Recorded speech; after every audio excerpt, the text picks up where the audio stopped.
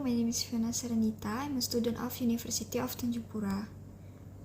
Today, I will bring up the discussion of Chapter 4 about workers, jobs, and job analysis.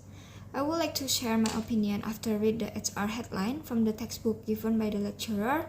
In my perspective, just like the other aspect of the life that should be balanced, jobs must be balanced with work-life issues because if employees work overtime, they can be exhausted, burnt out, or even depressed.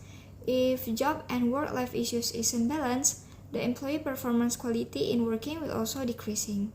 The HR headline is about work-life balancing where employees in more than 500 organizations want to increase flexibility in their work schedules to accommodate the life outside of the job.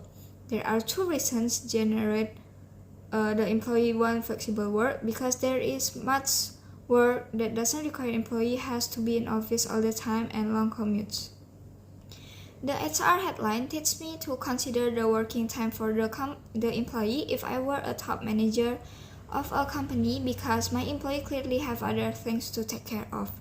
Besides that, I can maximize the utilization of technology since nowadays people can work without come to the office or as known as telecommuting.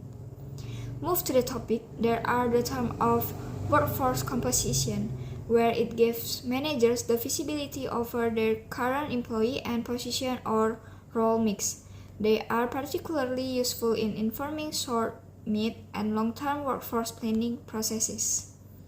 Next, there is also a tangible indicators of diversity that the employers must consider, namely race or ethnicity, national origin or immigration, age or generational differences, gender, marital and family status, sexual orientation, disabilities, and religion.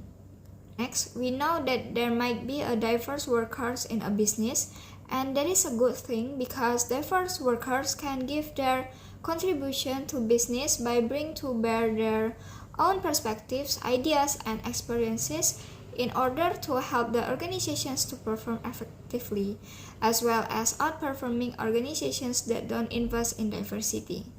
Next, speaking of gender workforce diversity, nowadays it becomes the less problem for organization in taking the human resource for fulfilling the job. Women are becoming a greater percentage of workers in the US workforce. They comprise more than 46% of the total employed individuals. Equality becomes clear now even though there are still exist some job areas that dominated by men only. Besides that, there is also an immigrant workers, which is a person who migrates within a home country or outside it to pursue work. The United States has always had a significant number of immigrants who have come to work in this country. Now, we will talk about business process reengineering or BPR. Business process reengineering is an approach used to improve organizational performance by increasing the efficiency and effectiveness of processes that exist across the organization. The purpose of BPR is to help the organizations to reimagine their existing processes and redesign them to achieve extraordinary results. The three phases of BPR are namely analysis phase, design phase, and implementation phase. Now, we will talk about job design. It refers to organizing tasks, duties, responsibilities, and other elements into a productive unit of work. Job design receives attention for three major reasons, namely, job design can influence performance in certain jobs, especially those where employee motivation can make a substantial difference. Next, job design can affect job satisfaction because people are more satisfied with certain job elements than others. Identifying what makes a good job become critical, reduce turnover and absenteeism also can be linked to effective job design. Lastly, job design can impact both physical and mental health. Problems that may require assistance such as hearing loss, backaches, leg pain, stress, high blood pressure, and even heart disease sometimes can be traced directly to job design. Now, I will mention the characteristic of job, which is something that management can control, namely task authority or responsibility, policies or procedures, tools, variety, time requirements, social opportunities, working conditions, stress. Next, I will mention the characteristics of people, which is something that management can control, namely motivation, interest, energy level, personality variables, satisfaction, predisposition, physical characteristics, honesty, conscientiousness, and intelligence. There are several types of workers, namely full-time employees, someone that employed on average at least 30 hours of service per week or 130 hours of service per month. Next, part-time employees, who is someone who works fewer hours than full-time employees. Next, independent contractors, a self-employed person or entity contracted to perform work for or provide services to another entity as a non-employee. Next, temporary workers, which is a contracted workers who perform a job for only a short amount of time. Next, contingent workers, who is someone that is not an employee but a temporary or part-time worker for a specific period of time and type of work. There is a difference between person-job fit and job-person match. Person-job fit is a simple but important concept of matching a characteristic of people with characteristics of jobs. If a person doesn't fit a job, theoretically either the person can be changed or replaced or the job can be altered.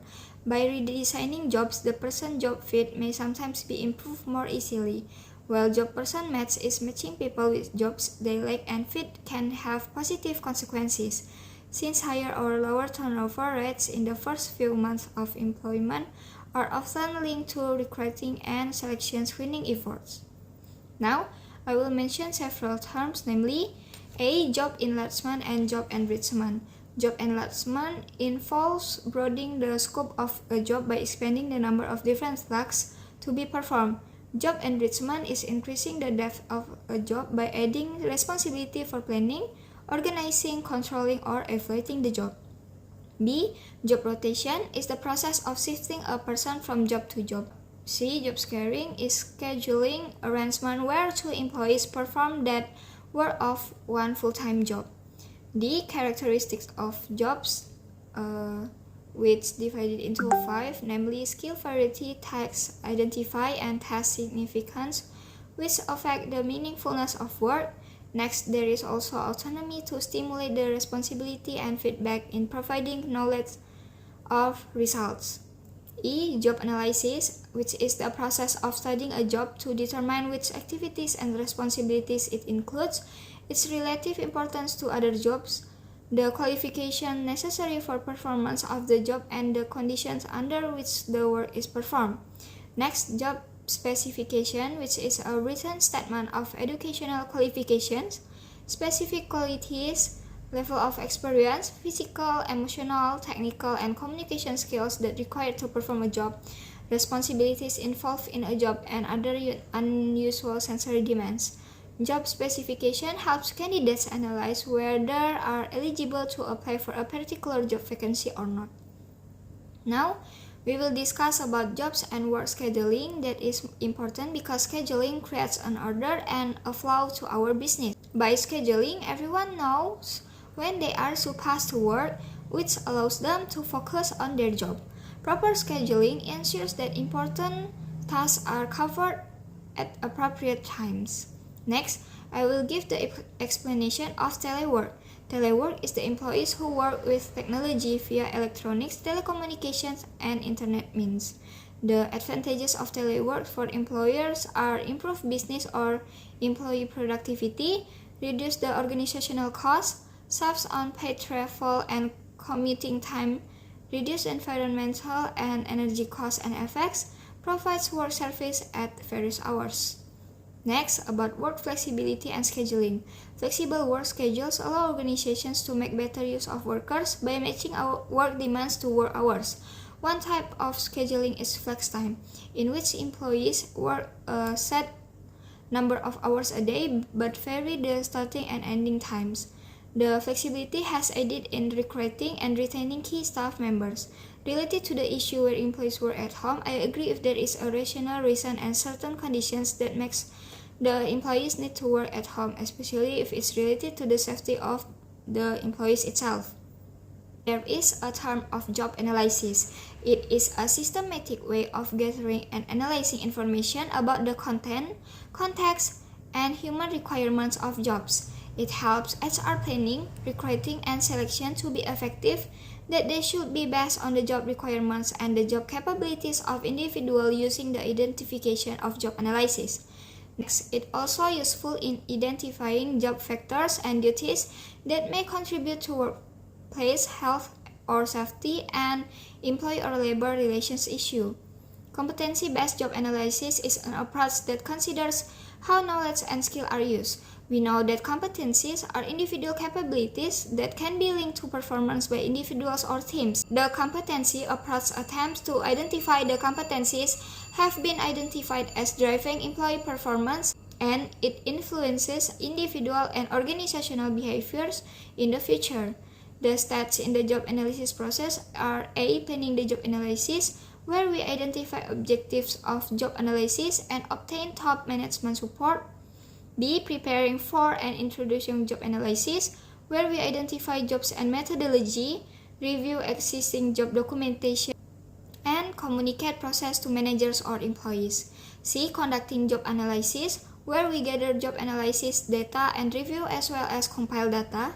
D. Developing job description and job specification, where we draft job description and specification, review drafts with managers and employees, and finalize job description and recommendation.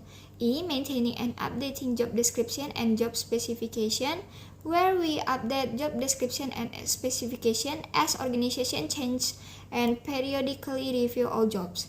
The method of job analysis are observation, interviewing, questionnaires, combinations methods, as well as job analysis and ONET.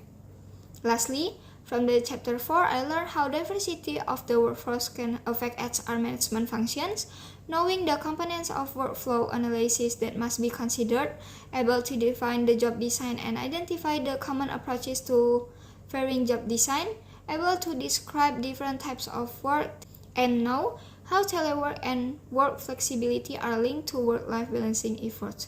That's all from me. Thank you for your kind attention.